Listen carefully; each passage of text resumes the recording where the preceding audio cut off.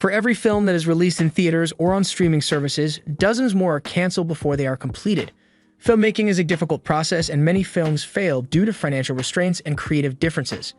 Here are the stories behind a few of the numerous science fiction and fantasy films that were never made, some of which could have been fantastic, while others were wisely discarded.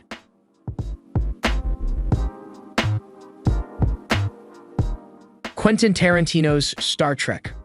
Quentin Tarantino revealed in 2017 that he was planning to make a Star Trek picture. In his own words, he wished to create Pulp Fiction in space. His concept was inspired by a piece of the action, an episode from the second season of Star Trek. The original series set on an Earth-like planet with a society inspired by 1920s gangs.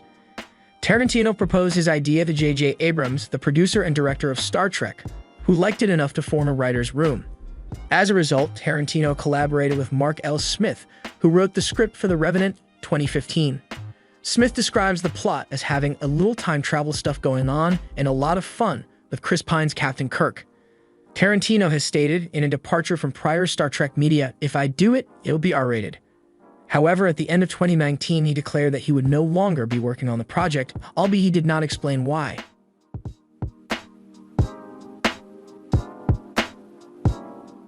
Sam Raimi's Spider-Man 4. Sam Raimi plans Spider-Man 4 to be a fitting finish to his Spider-Man trilogy. "I was very unhappy with Spider-Man 3, and I wanted to make Spider-Man 4 end on a very high note," Raimi explained in 2013. He left the project, though, because we had a deadline and I couldn't get the story to work on the level that I wanted it to work. He also knew that Sony was working on a reboot alongside his film, which ended up being The Amazing Spider-Man 2012, starring Andrew Garfield. The Vulture, played by John Malkovich, was set to be the main antagonist in Raimi's fourth film. Felicia Hardy, Peter Parker's new love interest who would also take over the Vulture's mantle to become the Vulturess, was set to be played by Anne Hathaway. Concept artist Jeffrey Henderson's artwork also suggested that Mysterio would have made an appearance. However, recent rumors have given reason for optimism. Some insiders believe the project will go ahead after all.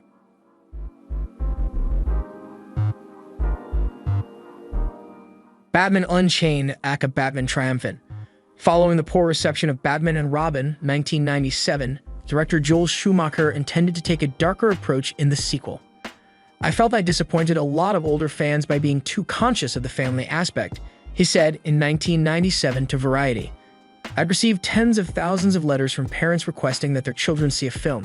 Now I owe the dedicated fans the Batman film they want me to make."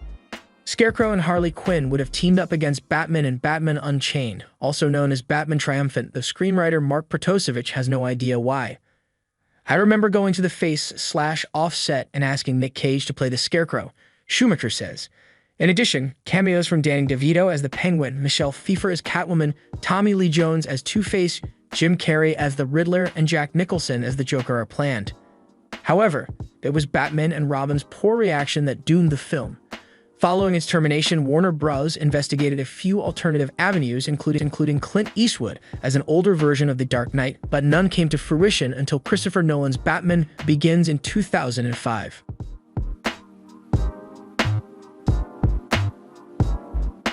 David Fincher's Rendezvous with Rama.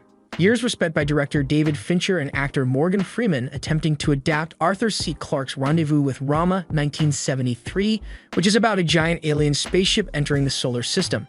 Fincher began attempting to make it a reality in 2000, and while he conceded in 2008 that it looks like it's not going to happen, optimism remained eternal. The question was, can we get a script worthy of Morgan and a script worthy of Arthur Clarke, and can we do all of that in an envelope that will allow the movie to take the kinds of risks that it wants to take? Fincher said in 2011. Despite Fincher and Freeman's enthusiasm for the idea, that version of the picture is no longer in production. However, a new version is in the works, with Denis Villeneuve directing. Furthermore, Freeman remains on the production team.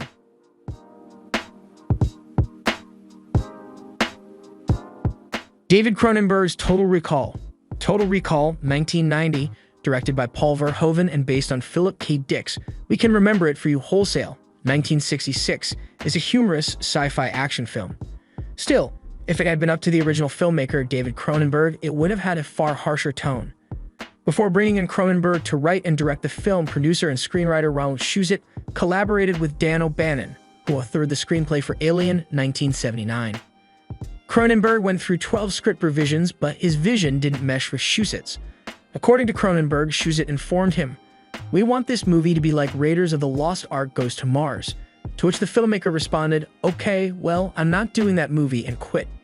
Cronenberg, though, left his imprint on the film. For example, he invented the character that evolved into Quado, the psychic mutant bonded to his brother's abdomen.